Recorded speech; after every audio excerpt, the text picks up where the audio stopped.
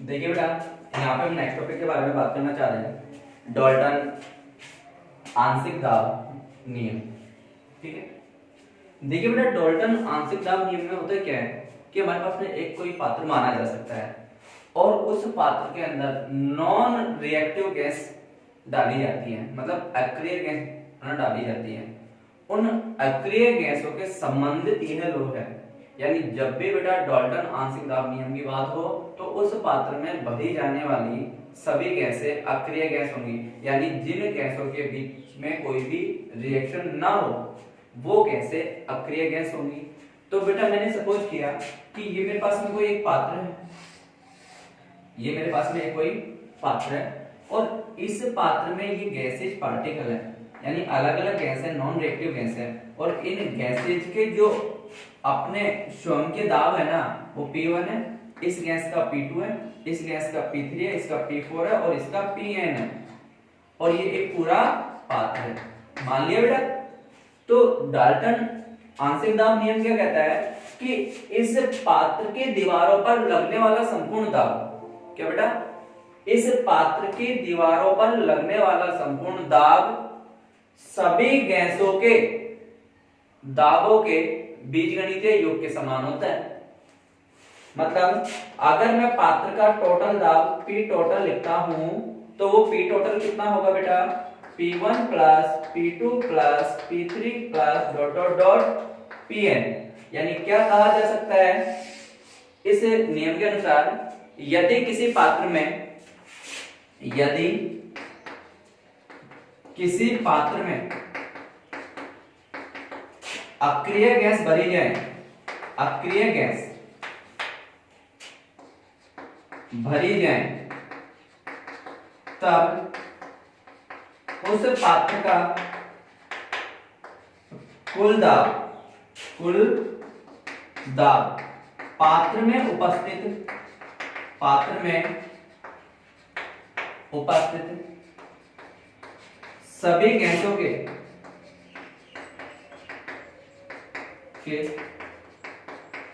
दाबों का योग होता है। ठीक है बेटा, तो सिंपल सी बात आपको क्या देखनी है कि जब भी डाल्टन आंशिक दाब नियम आए तो आप क्या करोगे कि उस पात्र का संपूर्ण दाब P उस पात्र के अंदर भरी हुई गैसों के अलग अलग दाबों के बीजगणितीय योग के समान होगा। तो क्या कहा जा सकता है बेटा कि P total equal to P1 plus P2 plus P3 dot dot dot Pn। Okay, इसमें कोई भी बेटा समस्या नहीं होनी चाहिए। ठीक है, अब बेटा इसके बाद में हम नेक्स्ट टॉपिक के लिए बात करते हैं डिग्री ऑफ फ्रीडम। क्या बेटा, degree of freedom. Degree of freedom का मींस क्या है कि कोई भी गैसेस कण कितने मुक्त रास्तों में गतिशील हो सकता है। क्या, कोई भी कण कितने मुक्त रास्तों में या मुक्त वे में गति हो मतलब गतिशील हो सकता है, इस बारे में बात की जाती है। तो इसे बोला जाता है degree of freedom. Degree of freedom को बोलते हैं बेटा स्वतंत्रता की कोटियां। जैसे बेटा मैं बात करना चाहूं कि अगर मैं इस वे पे चलना चाहूं तो या तो मैं लेफ्ट मूव होऊंगा या मैं राइट मूव होऊंगा, या तो मैं एक्स डायरेक्शन में मूव हो सकता हूं या फिर मैं वाई डायरेक्शन में मूव हो सकता हूं। तो मेरे लिए स्वतंत्रता की कोटियां कितनी हो सकती हैं बेटा, 2। लेकिन अगर इसी सिचुएशन में बात की जाए, ठीक है, अगर कोई चीज है, मक्खी मान लो, ठीक है, मान सकते हो ना, बटरफ्लाई मान लो, चलो बटरफ्लाई क्या कर रहा है बेटा, एक्स कोऑर्डिनेट में भी मूव हो सकता है, वाई कोऑर्डिनेट में भी मूव हो सकता है और जेड कोऑर्डिनेट में भी मूव हो सकता है।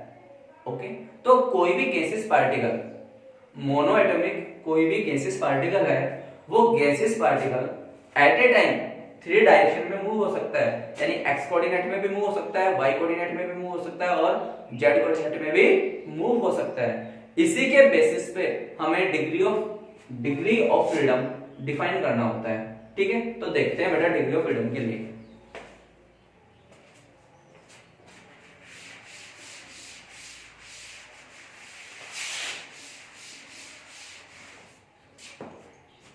नेक्स्ट टॉपिक है बेटा स्वतंत्रता की कोटियां। स्वतंत्रता की कोटियां,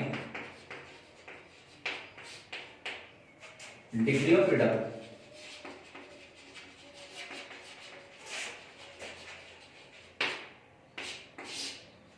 देखो बेटा डिग्री ऑफ फ्रीडम होता क्या है, डिग्री ऑफ फ्रीडम किसी भी गैस के लिए मुक्त पथों की संख्या बताता है। क्या बताता है बेटा, मुक्त पथों की संख्या। ठीक है, तो सबसे पहली चीज बात की जाती है कि डिग्री ऑफ फ्रीडम डिफाइन क्या करता है, डिग्री ऑफ फ्रीडम डिफाइन करता है मुक्त पथों की संख्या, मुक्त पथों की संख्या, यानी कोई भी गैसेस पार्टिकल कितने मुक्त पथों में गतिशील हो सकता है। ठीक है, degree of freedom represent by small F, small F द्वारा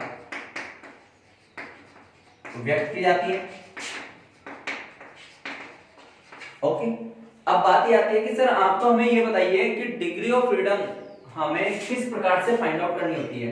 क्या किसी भी गैसेस पार्टिकल के लिए हमें डिग्री ऑफ फ्रीडम किस प्रकार से फाइंड आउट करना होगा। तो चलो बेटा देखते हैं कि डिग्री ऑफ फ्रीडम को किस प्रकार से फाइंड आउट किया जाता है।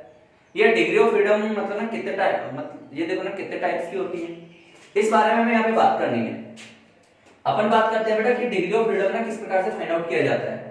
Degree of freedom find out करने के लिए आपको बेटा देखना है कि F degree of freedom F equal to 3n minus k. अब आप बोलोगे कि सर यहाँ पे एफ क्या है, एन क्या है और के क्या है। चलो बेटा एफ होता है यहाँ पे F for degree of freedom, N होता है नंबर ऑफ पार्टिकल और के होता है कि उन पार्टिकलों के बीच में मुक्त सहसंबंध, क्या उन पार्टिकलों के बीच में मुक्त सहसंबंध, जहां पे एफ को क्या बोलोगे बेटा आप, स्वतंत्रता की कोटि, स्वतंत्रता की कोटि। एन क्या है बेटा यहां पे, गैसीय कणों की संख्या, गैसीय कणों की संख्या। आ रही है बेटा बात समझ में। और बेटा के क्या है, गैसीय कणों के मध्य, क्या गैसीय कणों के मध्य मुक्त संबंध, गैसीय कणों के मध्य मुक्त संबंध।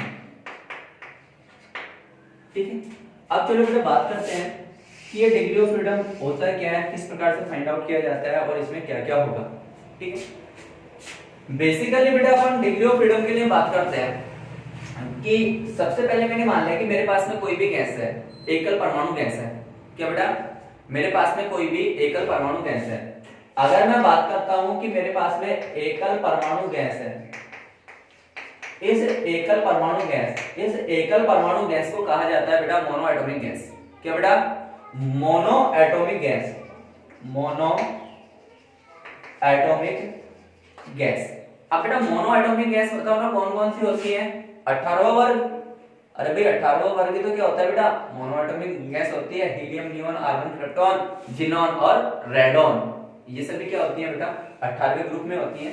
तो बेटा अपन बात करना चाहें हीलियम, नियोन, आर्गन, ये सभी क्या है बेटा, मोनो एटॉमिक गैस है। बिल्कुल ध्यान से सुनना, ये सभी क्या है बेटा, मोनो एटॉमिक गैस है। अगर मोनो एटॉमिक गैस के लिए डिग्री ऑफ फ्रीडम की बात की जाती है, क्या मोनो एटॉमिक गैस के लिए डिग्री ऑफ फ्रीडम की बात की जाती है, तो देखो बेटा F equal to 3, number of particle कितना है इसमें, हीलियम का एक ही पार्टिकल है, या नियोन का एक ही पार्टिकल है, या आर्गन का भी एक ही पार्टिकल है, एक। और एक का स्वयं के साथ में कोई संबंध होता है क्या, नहीं होता, तो इनका कोई भी संबंध नहीं है। अब आप लोग बोलोगे कि सर आपने ये संबंध कैसे निकाल दिया। जब भी बेटा संबंध की बात करनी हो तो संबंध आपने निकालना सीखा होगा कि संबंध किस प्रकार से निकालते हो बेटा, एन बोलो, अरे बोलो संबंध किस प्रकार से ज्ञात करते हो। संबंध ज्ञात करने का कोई मेथड है बेटा, बोलो। अरे है, मैथ में पढ़ा जाता है कि संबंध k equal to n n minus 1/2, इससे आपको संबंधों की संख्या ज्ञात करनी होती है। तो देखो एक रखोगे तो 1 माइनस 1 0, तो अकेले का किसी के साथ में कोई संबंध नहीं होता। आगे बात समझ में। तो मोनो एटॉमिक गैस के लिए बोलो बेटा डिग्री ऑफ फ्रीडम कितनी होती है, 3 होती है। कितनी होती है बेटा, 3 होती है।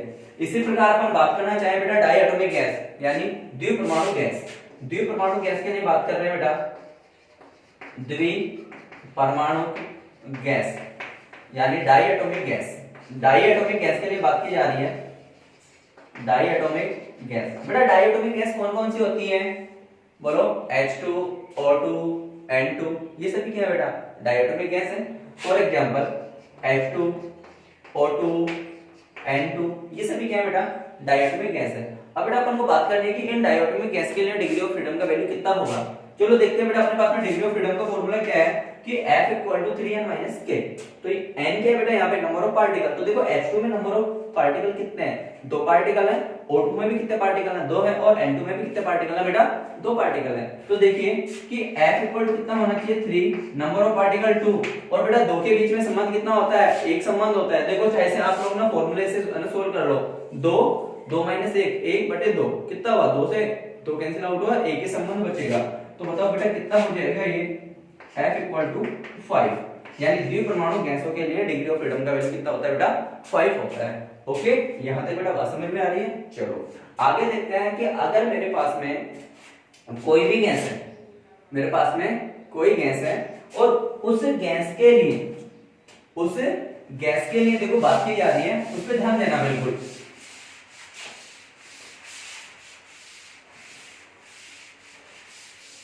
देखो मेरे पास में कोई गैस है, ठीक है, कौन सी गैस है बोल रहा हूं, त्रिपरमाणु गैस है।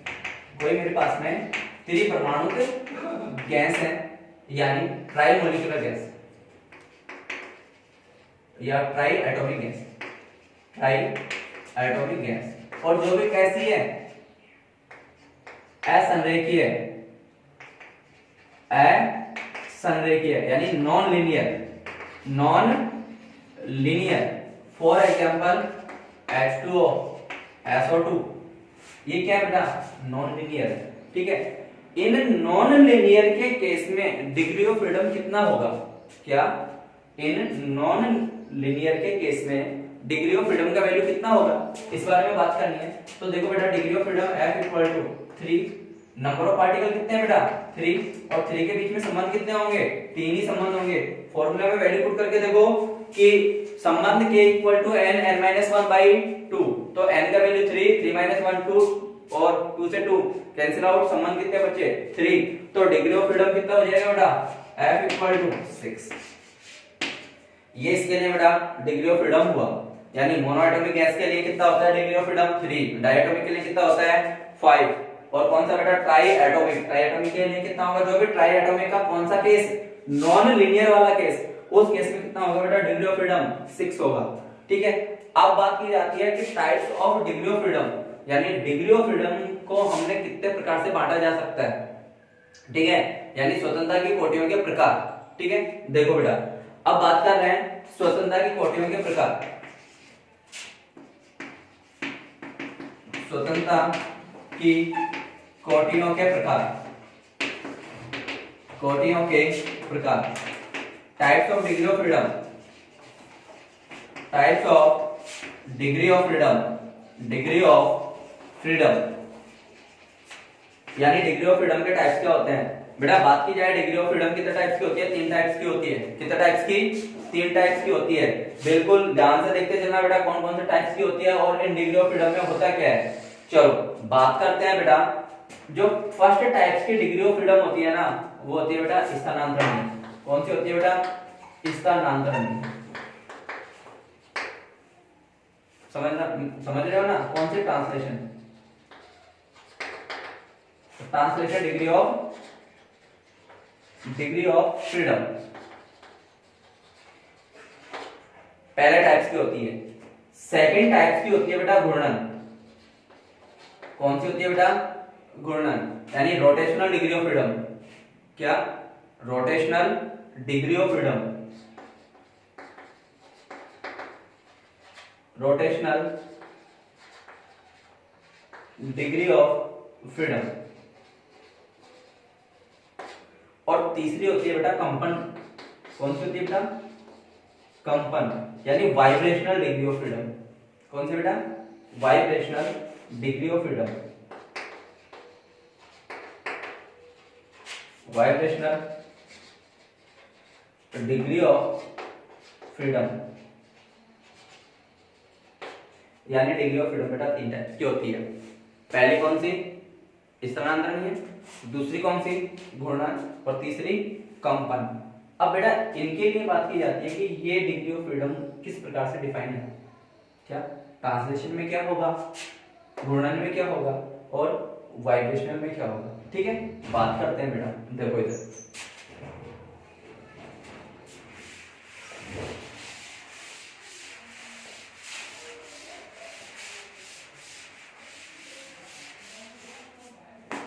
देखो बेटा, बिल्कुल ध्यान से देखते चलना है। यहाँ पे पहला है बेटा ट्रांसलेशन। ट्रांसलेशन का मीन्स तो समझ गए है ना, स्थानांतरण।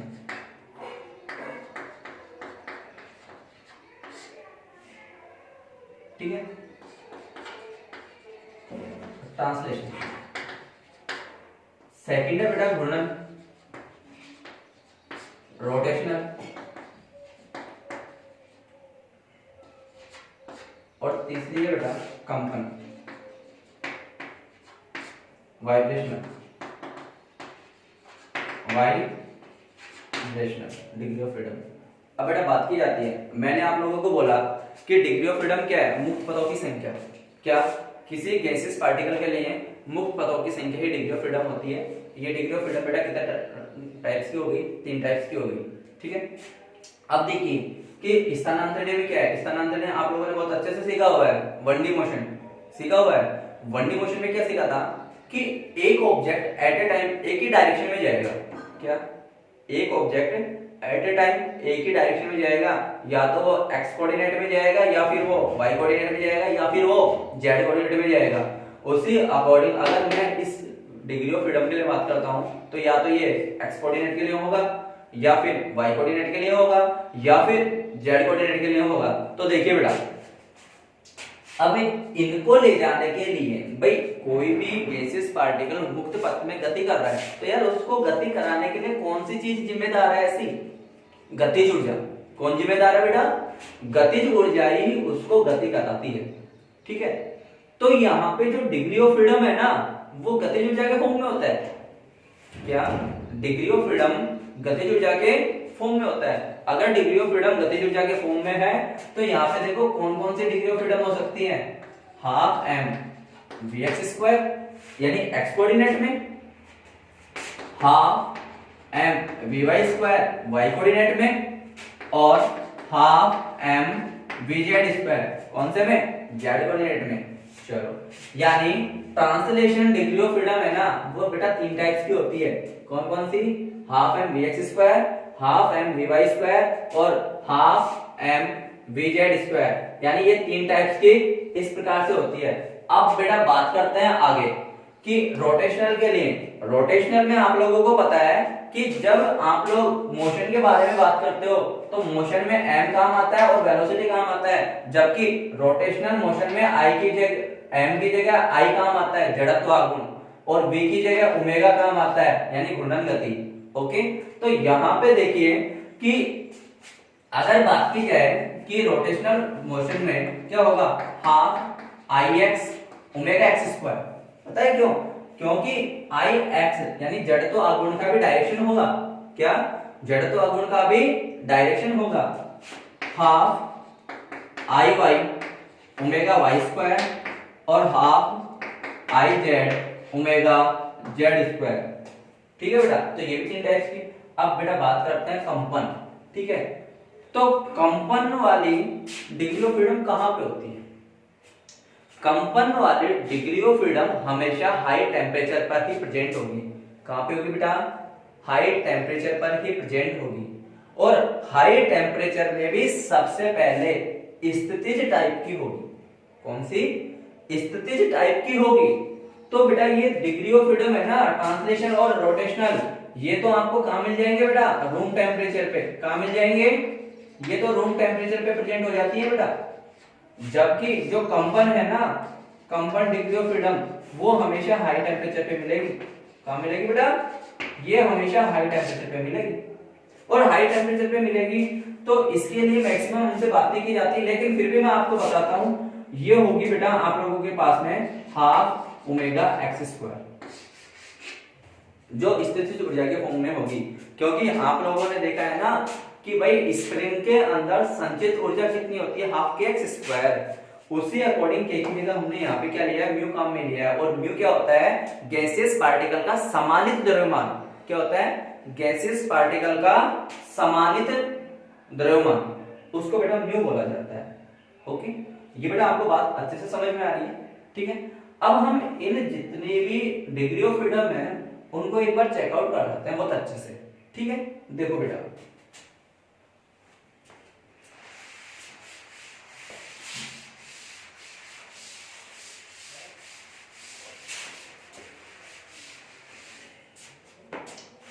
देखो बिल्कुल अपन बिल्कुल अच्छे से पढ़ रहे हैं बेटा। यहाँ पे आप लोगों को एक चीज बताई जा रही है, बिल्कुल ध्यान से सुनते चलना।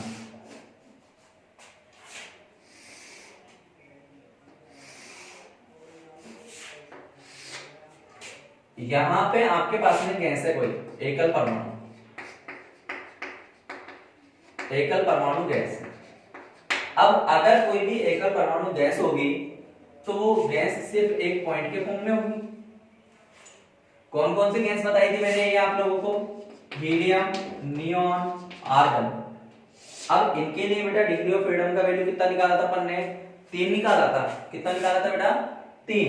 चलो अपन ने इनके लिए डिग्री ऑफ फ्रीडम निकाला था 3। लेकिन अब ये तीनों डिग्री ऑफ फ्रीडम कौन से होंगे? ये तीनों डिग्री ऑफ फ्रीडम में बेटा कौन से होंगे? ट्रांसलेशन होंगे। कौन से होंगे? ट्रांसलेशन टाइप्स के होंगे, ठीक है। अब बेटा बात करते हैं डायटोमिक गैस के लिए। किसके लिए? डायटोमिक गैस के लिए, यानी द्विपरमाणु गैस। द्विपरमाणु गैस। अगर इस द्विपरमाणु गैस में क्या होंगे बेटा? जैसे डंबल देखा है ना आप लोगों ने, उस डंबल के टाइप्स में गैसीय पार्टिकल अटैच होते हैं। ये कौन कौन से हो सकते हैं? H2 हो सकता है, N2 हो सकता है, O2 हो सकता है। इसके लिए बेटा डिग्री ऑफ फ्रीडम कितना निकाला? डायटोमिक गैस के लिए डिग्री ऑफ फ्रीडम कितना निकाला बेटा? 5। कितना निकाला? 5। तो डायटोमिक गैस के लिए डिग्री ऑफ फ्रीडम 5 होता है। लेकिन अब ये ना कौन कौन सी होती है? ये डिग्री ऑफ फ्रीडम में होता है बेटा 3 तो कौन सी होंगी? ट्रांसलेशन होंगी, और 2 कौन सी होंगी बेटा? रोटेशनल होंगी। क्या? 3 तो ट्रांसलेशन होंगी और 2 रोटेशनल होंगी। अब बेटा बात करते हैं कौन सा? ट्राइएटोमिक यानी त्रिपरमाणु गैस। त्रिपरमाणु गैस। अब बेटा इन त्रिपरमाणु गैस में भी कौन सी? बोलो। असंरेखीय यानी नॉन लीनियर। और इसमें क्या आ गया बेटा? H2 आ गया और SO2 आ गया। इनके लिए डिग्री ऑफ फ्रीडम कितना होगा? 6 होगा। और 6 में कौन कौन सी? 3 ट्रांसलेशन और 3 रोटेशनल। बोलो कोई प्रॉब्लम बेटा? नहीं। अब बेटा मैं आपसे क्वेश्चन पूछता हूं, बिल्कुल बताए चलना, ठीक है। फर्स्ट क्वेश्चन है बेटा, एक फैन मूव हो रहा है। क्या? एक फैन छत पे मूव हो रहा है। उस फैन के लिए डिग्री ऑफ फ्रीडम क्या होगा या किस टाइप्स का होगा? बोलो। अगर एक फैन मूव हो रहा है तो वो अपने एक्सेस पे तो रोटेट हो रहा है बेटा, मान लिया ना। और वो अपने एक एक्सेस पे रोटेट हो रहा है। तो देखो पंखे के लिए बात की जाए तो बताओ उसमें कौन से टाइप्स का होगा? घूर्णन टाइप्स का होना चाहिए। क्या होना चाहिए? सेकंड, आपने किसी बॉल को फेंका, आपने किसी बॉल को फेंका, तो उस बॉल के लिए डिग्री ऑफ फ्रीडम क्या होना चाहिए? भाई आपने सीखा होगा ना, एक पार्टिकल को आपने फेंका किसी एंगल पे, तो वो एक्स कंपोनेंट में भी मूव होता है और वाई कंपोनेंट में भी मूव होता है। तो दो कंपोनेंट के लिए कौन सा मोशन हुआ? बोलो, बताइए ना। ट्रांसलेशन मोशन हुआ। तो अगर आप क्या बोलोगे? एक बॉल के लिए, एक बॉल को आपने थ्रो किया, ठीक है, थीटा कोण पर। कितने कोण पर? थीटा कोण पे आपने किसी बॉल को फेंका, तो उसके लिए क्या होगा? स्थानांतरी होगी। और जो भी कौन सी होगी? ट्रांसलेशन, यानी एक्स कोऑर्डिनेट में भी होगी और वाई कोऑर्डिनेट में भी होगी, ठीक है। मोशन ऑफ बटरफ्लाई, क्या बेटा? मोशन ऑफ बटरफ्लाई यानी तितली की गति। क्या? तितली की गति। मोशन ऑफ बटरफ्लाई यानी तितली की गति कैसी होती है बेटा? 3D में होती है ना। तो 3D में भी क्या होगा बेटा? 3T होगा। ओके, आ रही बात समझ में? चलो अब बेटा इनके लिए बात की जाती है कि अपने पास में ये डिग्री ऑफ फ्रीडम पड़ा, लेकिन इस डिग्री ऑफ फ्रीडम का यूजेज कहां पे है? ये डिग्री ऑफ फ्रीडम इतना इंपॉर्टेंट क्यों है? क्यों? क्योंकि बेटा किसी भी पार्टिकल के लिए ऊर्जा की बात की जाए तो उस ऊर्जा की बात डिग्री ऑफ फ्रीडम के रेस्पेक्ट में होती है, यानी बिना डिग्री ऑफ फ्रीडम को जाने हम किसी गैसियस पार्टिकल के लिए ऊर्जा की बात नहीं कर सकते, इसलिए हमें सबसे पहले डिग्री ऑफ फ्रीडम को जानना होता है। ठीक है, अब बात करते हैं कि सर आपने बोला कि डिग्री ऑफ फ्रीडम ऊर्जा में महत्वपूर्ण क्या होता है, महत्वपूर्ण होता है, तो ये ऊर्जा में किस प्रकार से महत्वपूर्ण है, क्या डिग्री ऑफ फ्रीडम का रोल किसी गैस की ऊर्जा में किस प्रकार से इंपॉर्टेंट होता है, हमें सर इस पॉइंट ऑफ व्यू को समझाइए। तो चलो बेटा समझाते हैं और अच्छे से देखो, बिल्कुल समझ आएगा।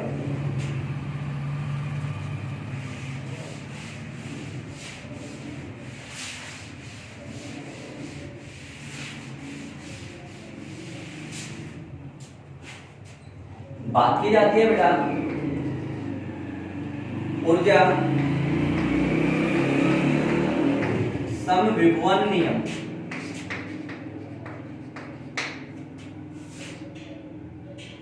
लॉ ऑफ एनर्जी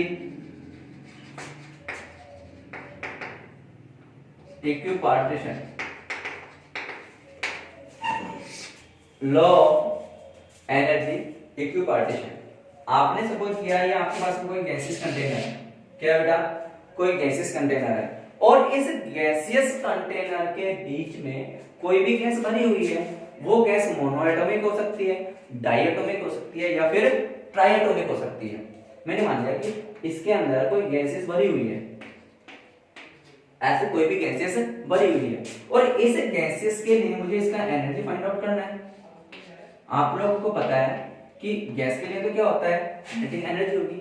अब ये काइनेटिक एनर्जी कितनी होगी, F/2 RT, या तो ये होगी बेटा प्रति मोल, क्या होगी बेटा प्रति मोल होगी, या इसके लिए जो काइनेटिक एनर्जी होगी, क्या बेटा जो इसके लिए काइनेटिक एनर्जी होगी वो कितनी होगी बेटा F/2 kT, ये होगी बेटा प्रति अणु। अब आप बोलोगे सर आपने तो हमें सर एक बात समझाई थी कि जब भी बेटा गैसियस कणों की गतिज ऊर्जा आए तो कितनी होगी 3/2 RT। बिल्कुल बेटा मैंने समझाया था, उसको देखते हैं बेटा मैंने कैसे समझाया था, बिल्कुल ध्यान से सुनो। चलो अपन बात करते हैं, ये तो क्या है प्रति परमाणु के लिए या प्रति कण के लिए। तो देखो बेटा अपन ने यहाँ पे देखा कि जो गतिज ऊर्जा होगी ना वो कितनी होगी F/2 kT, ये क्या है बेटा प्रति अणु गतिज ऊर्जा है। ठीक है, अब आप बात करोगे सर ये F का सिग्निफिकेंस क्या है, F बेटा यहाँ पे क्या है डिग्री ऑफ फ्रीडम। ठीक है, तो अपन बात करते हैं कि किसी भी गैसियस पार्टिकल के लिए डिग्री ऑफ फ्रीडम कैसे निकाला जाता है, वो सब कुछ मैंने आपको बता दिया। अब बात कर रहे हैं ऊर्जा के लिए। ठीक है, अब जो ऊर्जा है ना गैसीय कणों के लिए, उन गैसीय कणों की ऊर्जा के लिए अपन को पता है कि अपन उनकी कंप्लीट ऊर्जा की बात करते हैं, और कंप्लीट ऊर्जा क्या होती है U क्या होती है बेटा Ke + Pe, लेकिन यहाँ हम Pe को लगभग 0 मान लेते हैं। क्या मान लेते हैं बेटा 0, तो यानी कुल ऊर्जा में केवल और केवल गतिज ऊर्जा का ही योगदान होता है। क्या कुल ऊर्जा में केवल गतिज ऊर्जा का ही योगदान होता है। तो देखिए बेटा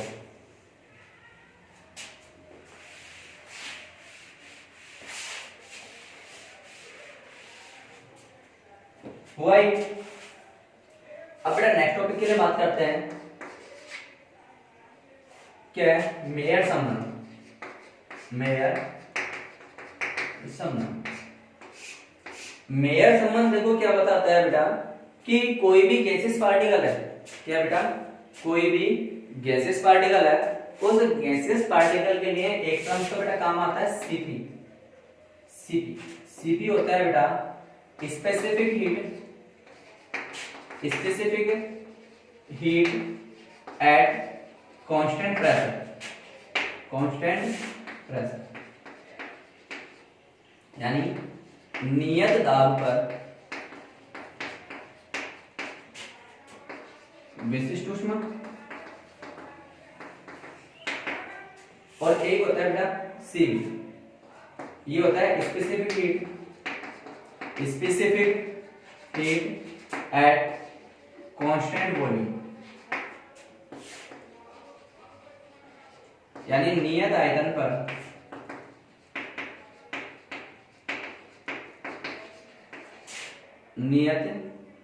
पर विशिष्ट ऊष्मा। हमेशा ध्यान रखना बेटा कि नियत दाब पर विशिष्ट ऊष्मा का मान नियत आयतन पर विशिष्ट ऊष्मा की तुलना में हमेशा अधिक होगा। और ये हमेशा अधिक होगा तो क्या होगा बेटा कि Cp always greater than Cv। क्या Cp always greater than Cv। तो बेटा ये मेयर संबंध है ना, ये मेयर संबंध कह जाता है आपसे कि Cp minus Cv equal to R। क्या कहता है बेटा ये Cp minus Cv equal to R, और इसी को बोला जाता है बेटा मेयर संबंध। आई क्या बात समझ में? बोलो, ये आपको बात समझ में आई? चलो अब बेटा बात करते हैं आगे कि स्पेसिफिक हीट रेशो, विशिष्ट ऊष्मा नियतांक। क्या विशिष्ट ऊष्मा नियतांक या विशिष्ट ऊष्मा अनुपात, यानी विशिष्ट ऊष्मा अनुपात को आप किस प्रकार से ज्ञात करते हैं? देखो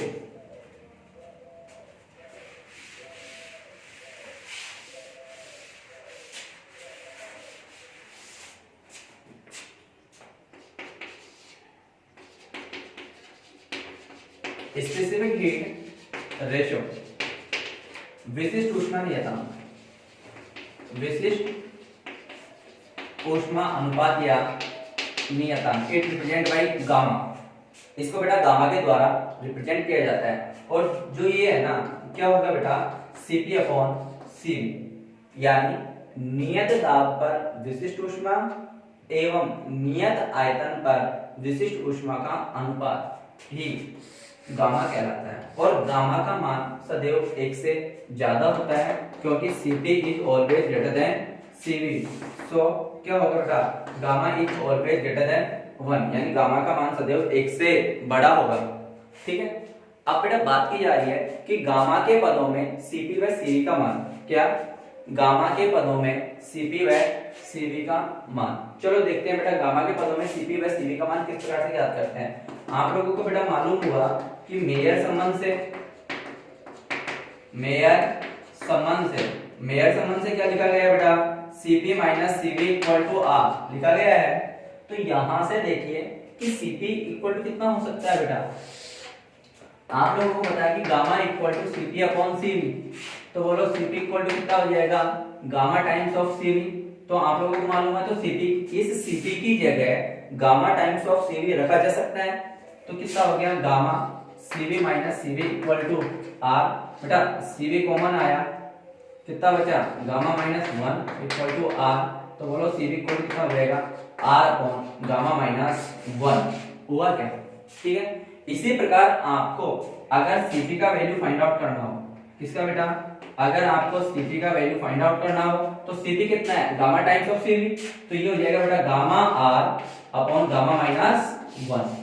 ये होता है बेटा आप लोगों के पास में Cp, यानी स्पेसिफिक हीट रेशियो क्या होगा gamma equal to Cp upon Cv, जहां Cp का मान Cv की तुलना में सदैव ज्यादा होगा। क्यों होगा ज्यादा? क्योंकि नियत दाब पर विशिष्ट ऊष्मा का मान नियत आयतन पर विशिष्ट ऊष्मा की तुलना में अधिक होता है। तो बेटा इसने क्या बोलोगे आप लोग कि गामा का मान हमेशा 1 से बड़ा होगा। अब बेटा बात करते हैं मेयर संबंध से। मेयर संबंध क्या था बेटा Cp minus Cv equal to R। अब मुझे यानी Cv का और Cp का मान गामा के टर्म्स में फाइंड आउट करना है। क्या Cp व Cv का मान गामा के टर्म्स में फाइंड आउट करना है। तो देखिए बेटा gamma equal to Cp upon Cv, then Cp equal to gamma times of Cv, यानी गामा टाइम्स ऑफ Cv। तो आप लोग ये बताइए कि इस Cp की जगह गामा टाइम्स ऑफ Cv लिखा जा सकता है। तो gamma times of Cv minus Cv equal to R। क्या यहां से Cv कॉमन आ गया? आया। Gamma minus 1 equal to R, then Cv equal to R upon gamma minus 1। इसी प्रकार यदि मुझे Cp का वैल्यू फाइंड आउट करना हो तो बेटा Cp का वैल्यू कितना होगा Cp equal to gamma R upon gamma minus 1। Okay, अब बेटा नेक्स्ट अपन बात करते हैं कि किसी भी गैस के लिए चाहे वो मोनोएटॉमिक हो, डायएटॉमिक हो या ट्राइएटॉमिक हो, उसके लिए Cp का वैल्यू कितना होगा, Cv का वैल्यू कितना होगा, गामा का वैल्यू कितना होगा, ये सारे वैल्यू हमें फाइंड आउट करने होते हैं। ठीक है, तो चलो बेटा देखते हैं। ओके,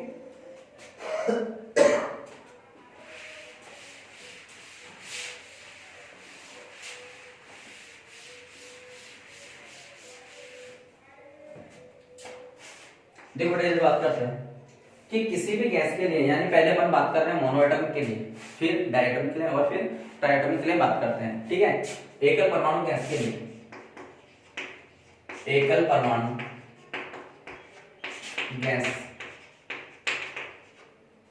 गैस के लिए, for monoatomic gas, for monoatomic gas. अब बेटा बात की जा रही है कि मोनोएटॉमिक गैस के लिए क्या होगा या किस प्रकार से होगा। तो देखिए बेटा कि मोनोएटॉमिक गैस के लिए K = 3/2 RT होता है प्रति मोल, प्रति मोल। आगे बात समझ में। फिर मैंने आपको बोला कि जो आप गैस पढ़ रहे हो उस गैस में आपको क्या निकालनी होती है, टोटल U, यानी कुल ऊर्जा U। और कुल ऊर्जा U क्या होती है, K + P, लेकिन P का मान 0 मान लिया जाता है, तो कुल गतिज ऊर्जा का मान ही उसकी कुल ऊर्जा के रूप में होता है, यानी U = K लिखा जा सकता है। ओके, तो आप बेटा इस चीज को ये भी तो लिख सकते हो कि U = 3/2 RT, ये बेटा प्रति मोल, ठीक है। अब बेटा आप लोगों को सेकंड पॉइंट निकालना होता है CV। तो CV एक्चुअली में क्या बोला था मैंने, नियत आयतन पर विशिष्ट ऊष्मा, और ये होता है बेटा du/dt। तो देखो कि T का T के रेस्पेक्ट में डिफरेंशिएट 1 होता है, तो कितना बच गया ये बेटा 3/2 R, यानी एकल परमाणु गैस के लिए, एकल परमाणु गैस के लिए CV का मान 3/2 R होता है। कितना हो रहा है बेटा, 3/2 R। इसी प्रकार यदि मुझे Cp का मान निकालना हो, एकल परमाणु गैस के लिए Cp का मान, अगर एकल परमाणु गैस के लिए Cp का मान निकाला जाएगा तो बेटा Cp = कितना होता है, Cv + R होता है। किस संबंध से, मेयर संबंध से। तो यहां से देखो बेटा ये कितना हुआ, ये हुआ Cp = Cv का वैल्यू कितना है बेटा, 3/2 R + R, कितना हो जाएगा बेटा ये 5/2 R।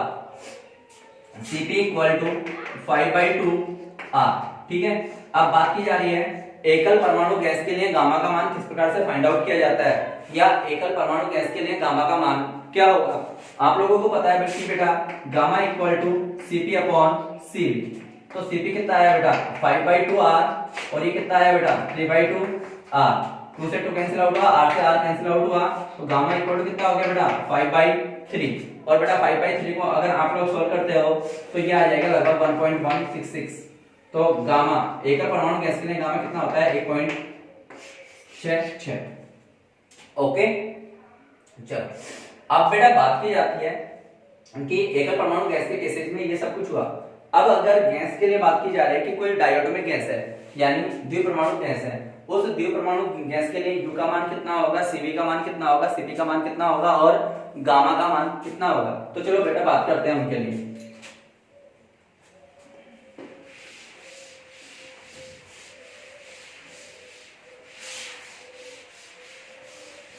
देखो कि द्विपरमाणु गैस के लिए क्या बेटा, द्विपरमाणु गैस के लिए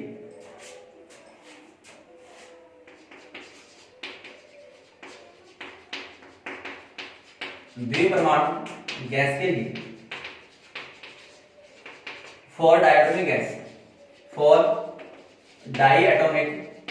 गैस, अगर बेटा डायटोमिक गैस के लिए बात करते हैं तो देखो डायटोमिक गैस के लिए डिग्री ऑफ फ्रीडम कितना होगा, डिग्री ऑफ फ्रीडम कितना होता है 5 होता है। कितना होता है 5 होता है। तो इसके लिए जो कुल ऊर्जा होगी ना U, वो कितनी हो जाएगी बेटा 5/2 RT, ये होगी बेटा प्रति मोल। कितनी हो जाएगी बेटा प्रति मोल। अब बेटा बात की जा रही है कि इसके लिए Cv का मान क्या होगा। बेटा Cv मैंने आप लोगों को बताया कि du/dt से Cv का मान निकाला जाता है। तो t का t के रेस्पेक्ट में डिफरेंशिएट तो 1 होता है, तो ये कितना हो गया बेटा 5/2 R, यानी द्विपरमाणु गैस के लिए Cv का मान होता है बेटा 5/2 R। अब आप लोग क्या निकालोगे बेटा, Cp का मान निकालोगे। तो बेटा Cp = कितना होता है Cv + R। अगर Cv + R होगा तो बोलो Cp = कितना बन जाएगा, Cv का मान कितना है 5/2 R प्लस R, कितना हो गया बेटा Cp = 7/2 R। ओके, अब बेटा बात की जाती है कि द्विपरमाणु गैस के लिए गामा का मान कितना होगा। तो बेटा गामा कितना होता है, गामा = Cp/Cv। तो कितना हो गया बेटा कि गामा = Cv, तो गामा इक्वल टू Cp कितना आया बेटा 7/2 r और Cv कितना आया बेटा 5/2 r, 2 से 2 कैंसिल आउट, r से r कैंसिल आउट, कितना बचा 7/5, तो gamma equal to 7/5 equal to 1.40 हुआ बेटा। ठीक है, अब बेटा बात की जाती है अपने पास में गैस कौन सी है, ट्राई एटॉमिक गैस है, कि ट्राई एटॉमिक गैस के लिए यू का वैल्यू कितना होगा, Cp का वैल्यू कितना होगा, Cv का वैल्यू कितना होगा और गामा का वैल्यू कितना होगा। देखो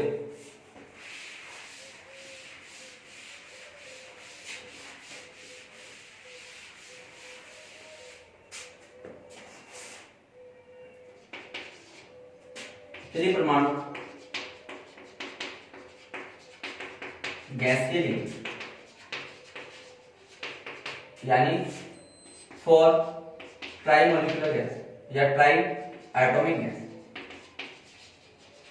चलो बेटा ट्राई एटॉमिक गैस के लिए बात करते हैं कि बेटा यू कितना होगा।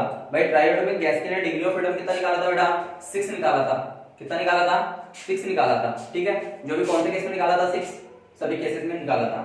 तो देखो बेटा u इक्वल टू कितना हो जाएगा 3 यानी 6/2 RT प्रति मोल, तो बोलो u इक्वल टू कितना हो गया 3 RT, ये प्रति मोल होगा।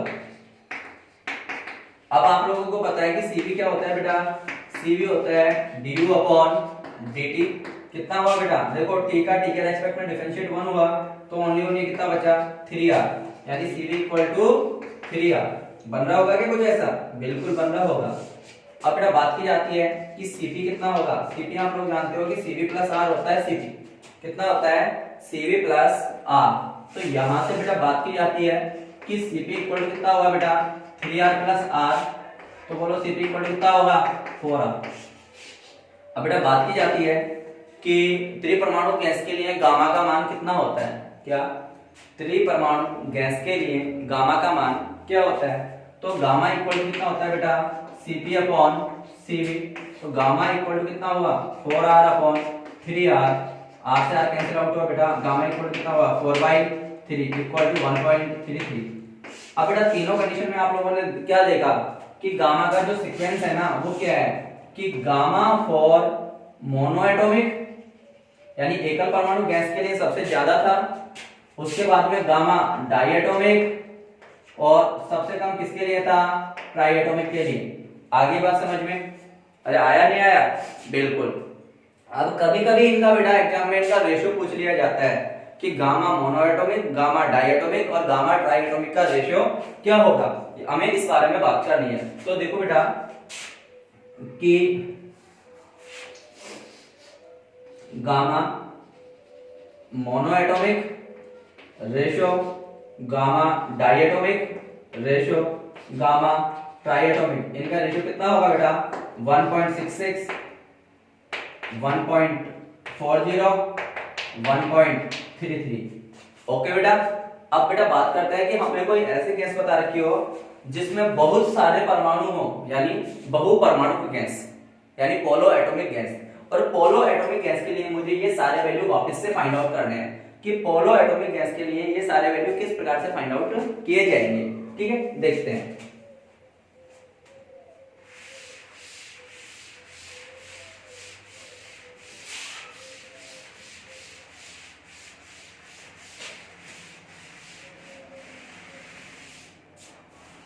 नेक्स्ट पॉइंट के लिए बात करते हैं बहुपरमाणु गैस के लिए। बहुपरमाणु गैस के लिए फॉर पोलोएटॉमिक गैस, फॉर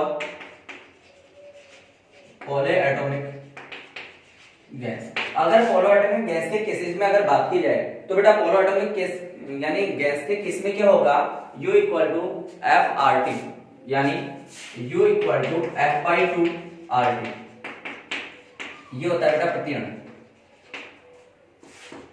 फिर बात की जाए बेटा Cv की, Cv क्या होता है बेटा du अपॉन dt। अगर आप इसको सिंपलीफाई करोगे तो t का t के रेस्पेक्ट में डिफरेंशिएट 1 हो जाएगा, ओनली वन कितना बचेगा F/2 R। तो पोलोएटॉमिक गैस के लिए Cv कितना होता है बेटा F/2 R। इसी प्रकार से आप लोगों को Cp का वैल्यू निकालना होता है बेटा, Cp क्या होता है Cv प्लस R, कितना होता है बेटा Cv प्लस R।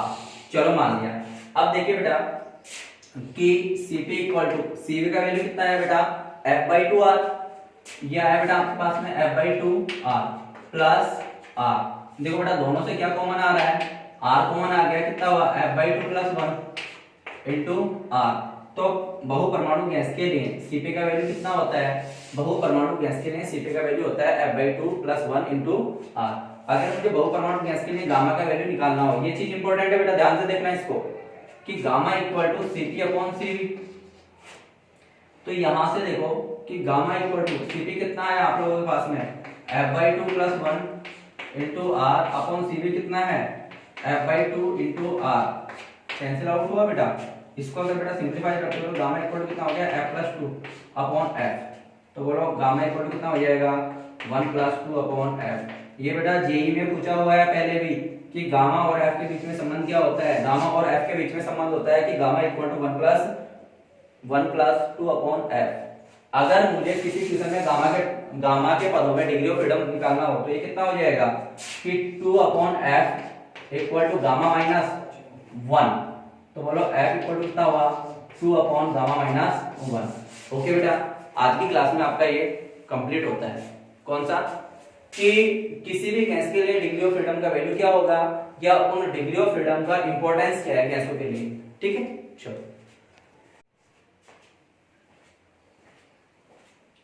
देखिए बेटा नेक्स्ट टॉपिक में अपन बात करते हैं कि किसी भी मिक्सचर के लिए गामा का वैल्यू फाइंड आउट करना। और बेटा ये क्वेश्चन हमेशा कॉम्पिटिटिव एग्जाम में पूछा जाता है। ठीक है, कि मिश्रण के लिए गामा का मान ज्ञात करना। मिश्रण के लिए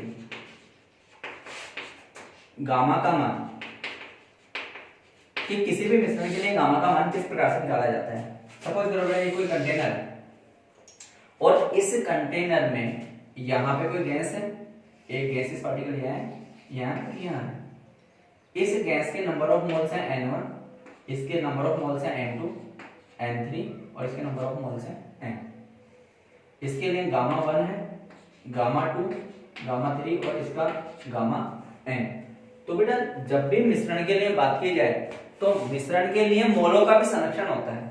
क्या, मिश्रण के लिए मोलों का भी संरक्षण होता है और मोलों के संरक्षण के अकॉर्डिंग ही हमें मिश्रण के लिए गामा का मान फाइंड आउट करना होता है। तो बेटा इस मिश्रण के लिए गामा का मान किस प्रकार से निकाला जाएगा, N1 upon gamma minus 1 plus N2 upon gamma 2 minus 1 plus N3 upon gamma 3 minus 1 equal to N1 plus N2 plus N3 upon gamma mixture minus 1। अगर यही मिश्रण केवल दो गैसों के लिए होता, केवल दो गैसों के लिए होता तो दो गैसों के लिए इसका फॉर्मूला क्या बन जाता बेटा, N1 upon gamma minus 1 plus N2 upon gamma 2 minus 1 equal to N1 plus N2 upon gamma mixture minus 1। यानी इस फॉर्मूले के अकॉर्डिंग आप बेटा क्या कर सकते हो कि किसी भी गैसीय मिक्सचर के लिए गामा का वैल्यू फाइंड आउट किया जा सकता है। ठीक है बेटा, ऐसा क्वेश्चन हर बार एक क्वेश्चन पूछा जाता है और बहुत सिंपल है। ओनली और इसमें आपको डाटा सब्स्टिट्यूट करना है और आपका आंसर आ जाएगा। ओके बेटा।